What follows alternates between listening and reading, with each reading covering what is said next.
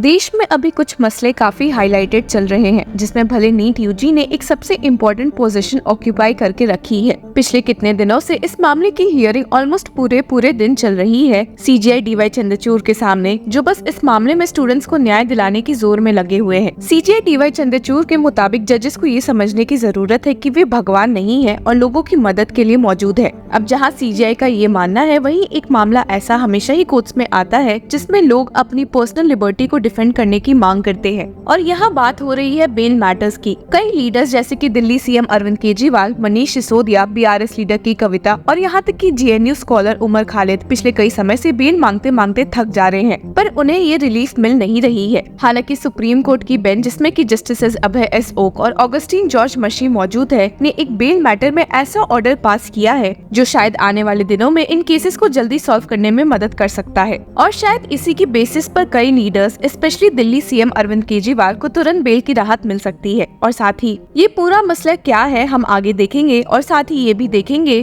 कि दिल्ली सीएम अरविंद केजरीवाल की party member और मिनिस्टर आतिशी को किस केस में एक बड़ी राहत मिली है। तो पहले तो मामले की शुरुआत होती है ईडी द्वारा एक मनी लॉन्ड्रिंग केस में अक्यूज्ड परविंदर सिंह खुराना को अरेस्ट करने से, जिन्होंने दिल्ली हाईकोर्ट के उस ऑर्डर को चैलेंज किया था जिससे परविंदर को मिले बेल पर 1 साल के लिए बिना किसी रीजन के स्टे लग गया था। आपको याद ही होगा कि इस मामले में सुप्रीम कोर्ट की बेंच ने ईडी के साथ साथ दिल्ली हाईकोर्ट को भी इस ऑर्डर के लिए खूब फटकारा था कि भला बिना किसी रीजन के उन्होंने बेल पर 1 साल तक के लिए स्टे कैसे लगा दिया। जस्टिस अभय एस ओका ने फटकारते हुए कहा भी था कि this is shocking, unless he is a terrorist, where is the reason to stay, what signals are we sending. ED की ओर से सीनियर एडवोकेट जोहेब हुसैन के अलावा सॉलिसिटर जनरल तुषार मेहता भी मौजूद थे और उन्होंने क्लैरिफाई किया था कि इस मामले में ईडी की कोई गलती नहीं है और न ही वे दिल्ली हाईकोर्ट के स्टे ऑर्डर को डिफेंड कर रहे हैं, जैसा कि सुप्रीम कोर्ट बेंच क्लेम कर रही है। ईडी और सुप्रीम कोर्ट की बेंच के बीच हीटेड आर्ग्यूमेंट्स के बाद जाकर बेंच ने इस मामले में अपना फैसला रिजर्व कर लिया था। और अब जो ये फैसला आया है, तो सुप्रीम कोर्ट बेंच ने सबको शॉक करते हुए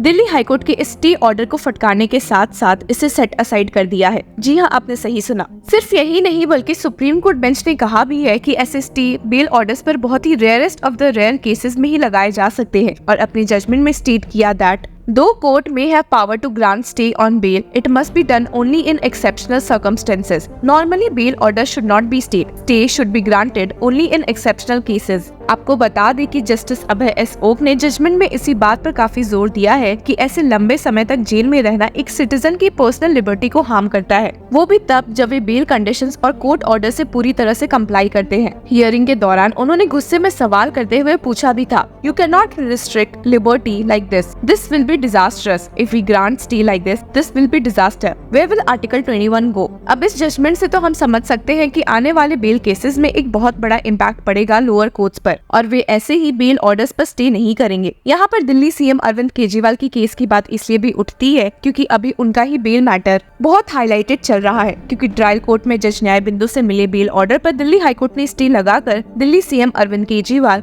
को एक बहुत बड़ा झटका दे दिया था। जहां दिल्ली सीएम अरविंद केजरीवाल को ऑलरेडी 3 बार इंटरिम बेल मिलने के बावजूद भी वे जेल में ही दिख रहे हैं, एक नजर आम आदमी पार्टी लीडर और दिल्ली मिनिस्टर आतिशी पर भी डाल लेते हैं कि आखिर उन्हें किस केस में एक बड़ी राहत मिली है। तो आपको याद होगा कि इस साल के मई में आतिशी ने बीजेपी पर इल्जाम लगाया था कि वे आम आदमी पार्टी की सरकार को गिराना चाह रहे हैं, उनके मेंबर्स को पैसे देकर और अपने साइड बुलाने की कोशिश कर रहे हैं। बिना देरी करते हुए बीजेपी लीडर प्रवीण शंकर कपूर ने उल्टा आतिशी पर डिफेमेशन का केस डाल दिया, ये झूठी बातें बोलने के लिए। और इसी केस में a Delhi court on Tuesday granted bail to Delhi minister and Aam Aadmi Party leader Atishi in a defamation case filed against her by BJP spokesperson Praveen Shankar Kapoor. The court further directed her to furnish bail bonds worth ₹20,000. इस मामले में BJP leader Praveen ने क्या कहा है, एक नजर डाल देते हैं। देखिए, आज से आतिशी जी ने आम आदमी पार्टी के नेताओं का जेल एंड बेल का ग्रुप ज्वाइन कर लिया है। अब ये सिलसिला चलता रहेगा। बेहतर होता वो आज जब आ ही गई थी तो न्यायालय में माफी मांग करके इस चीज को परमानेंटली सेटल कर लेती, मगर शायद अभी वो थोड़ा समय लेना चाहती हैं माफी मांगने में। मेरा मानना है उनके वकील ने प्रयास किया लंबी डेट लेने का, कामयाब नहीं हुए, और ऐसे ही ये सिलसिला चलता रहेगा और ये बहुत जल्दी निर्णय होगा। और आतिशी जी को माफी मांगनी होगी।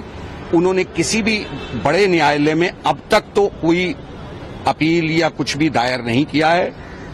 लगता है वो न्यायिक प्रक्रिया को स्वीकार कर रही हैं, उसके अनुसार चल के देर सवेर माफी मांगना चाहती हैं, थोड़ा देर करना चाहती हैं बस।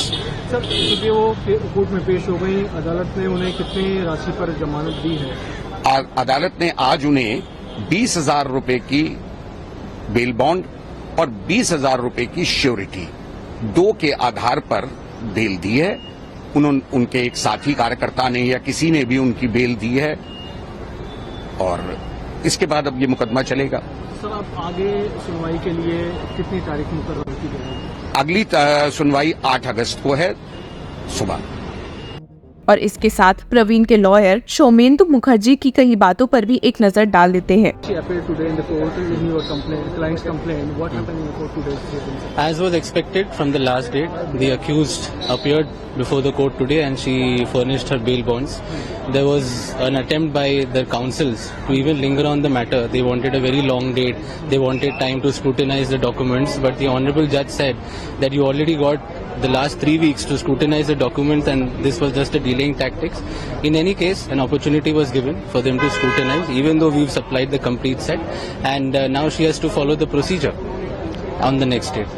So, is there any condition imposed by the court while granting the bail? So this is a bailable offence, so as such there is no condition imposed, but now she has accepted the court's procedure and she is duly complying with it without even challenging the order at a higher court. So now as the steps have been laid down in the matter, she has to follow this.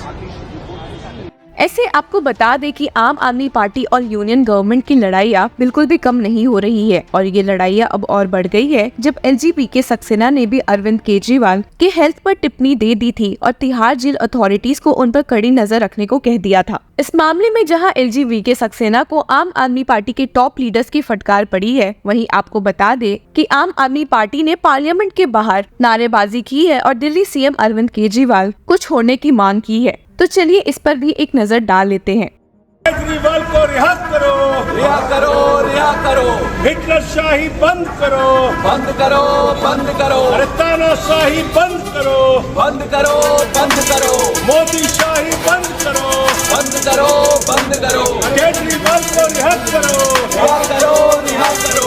Hitler शाही मुर्दाबाद, मुर्दाबाद, मुर्दाबाद। तानाशाही मुर्दाबाद, मुर्दाबाद, मुर्दाबाद। नीचे 36 बार जा चुका है और ये प्रमाणित डाटा आ चुका है। मेडिकल जो रिपोर्ट है जेल की, उसके द्वारा हमारे वकील को मुहैया कराया गया है केजरीवाल साहब को। आप अरविंद केजरीवाल दिल्ली के 3 बार के चुने हुए लोकप्रिय मुख्यमंत्री के जिंदगी के साथ खिलवाड़ कर रहे हैं, उसके ऊपर साजिश कर रहे हैं। 50 से कम शुगर लेवल में आदमी कोमा में जा सकता है। तो देखते हैं कि आने वाले दिनों में दिल्ली सीएम अरविंद केजरीवाल से जुड़े केसेस में क्या अपडेट्स मिल सकते हैं देखने के लिए। इस पूरे मामले में आपकी क्या राय है, हमारे साथ जरूर शेयर करें। Until then keep following law चक्रा।